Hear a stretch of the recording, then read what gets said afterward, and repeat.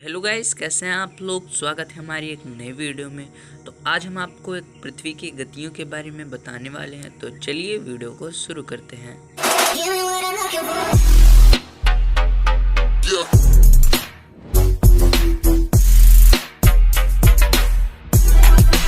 सबसे पहले हम जान लेते हैं पृथ्वी क्या है। पृथ्वी एक संस्कृत शब्द है जिसका अर्थ एक विशाल धरा है।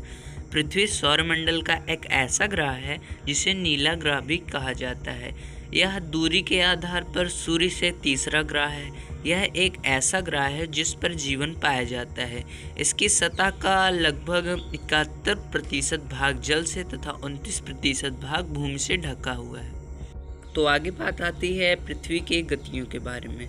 तो पृथ्वी की गतियाँ दो प्रकार की होती हैं, पहला परिभ्रमण और दूसरा परिक्रमण।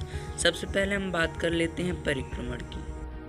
पृथ्वी का अपने धुरी पर घूमना परिभ्रमण कहलाता है। अपने आकाश में सूर्य को तो देखा ही होगा, जो पूर्व से उदय होकर पश्चिम में जाते हुए अस्त हो जाता है। इससे हमें यह पता चलता है कि पृथ्वी अपनी धुरी पर पश्चिम से पूर्व की दिशा में घूमती है। अब आप ये सोच रहे होंगे कि ये कैसे, सूर्य पूर्व से पश्चिम जाता है जबकि पृथ्वी पश्चिम से पूर्व जाती है। तो आइए हम एक क्रियाकलाप द्वारा इसको समझते हैं। इसके लिए आप किसी खुले स्थान या मैदान में जाइए और अपने से 1 या 2 मीटर की दूरी पर कोई चमकदार वस्तु रखिए जो आपको निरंतर दिखाई देती रहे।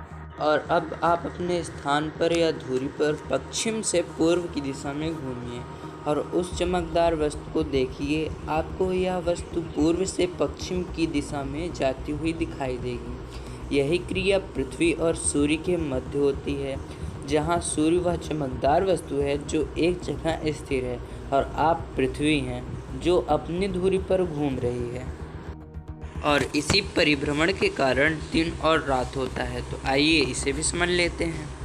जब सूर्य की किरणें पृथ्वी पर पड़ती हैं तब सूर्य केवल पृथ्वी के आधे भाग को प्रकाशित कर पाता है, जो कि सूर्य के सामने होते हैं। ऐसा इसलिए होता है क्योंकि पृथ्वी गोल है।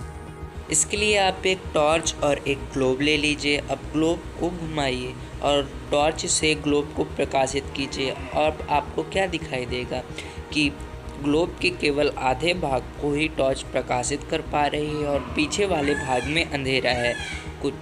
कुछ यही घटना पृथ्वी के साथ होती है और इसी कारण दिन और रात होता है।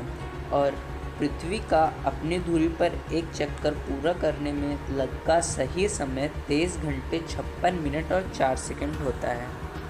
अब हम अपने दूसरे टॉपिक परिक्रमण के बारे में बात कर लेते हैं। परिक्रमण का अर्थ होता है चक्कर लगाना। हम परिक्रमण को कुछ इस प्रकार परिभाषित कर सकते हैं कि पृथ्वी द्वारा सूर्य का चक्कर लगाने की प्रक्रिया को परिक्रमण कहते हैं। और इसी परिक्रमण के कारण ऋतुएं बदलती हैं। तो आप सोच रहे होंगे कैसे, तो चलिए हम आपको समझाते हैं। जैसा कि आप लोग सर्दी में आग जलाते हैं, आप लोग सर्दी में आग के जितने पास रहते हैं उतनी गर्मी लगती है और जितनी दूर रहते हैं उतनी ठंडी लगती है। ठीक उसी प्रकार हमारे पृथ्वी की जितने ही सूर्य के पास रहती है उतनी गर्मी बढ़ती है और जब दूर चली जाती है तो सर्दी का मौसम हो जाता है। इनमें कुछ महत्वपूर्ण तिथियां हैं, तो आइए उनको भी देख लेते हैं। 23 सितंबर दिन रात बराबर और सर्द मौसम की शुरुआत और गर्मी मौसम का अंत। 22 दिसंबर बड़ी रात और छोटा दिन। 21 मार्च दिन और रात बराबर। 21 जून बड़ा दिन और छोटी रात। तो ओके गाइस, आज के इस वाली वीडियो में इतना ही। मिलते हैं अगली वीडियो में, तब तक के लिए गुड बाय।